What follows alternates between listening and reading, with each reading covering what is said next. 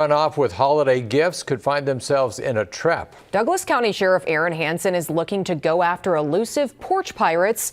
He's had his deputies put together packages to place in front of houses to try to lure thieves in. In the boxes, actual valuables along with a small electronic tracking device. We're going to deliver boxes of various sizes across the county with cooperating homeowners, and these boxes will contain not only felony value items, over $1,500 in value, but they'll also contain a tiny hidden GPS tracker. Deputies patrolling the areas should then locate the sting packages and swoop in to make arrests. Possession of valuables in the boxes along with video of the porch theft will give prosecutors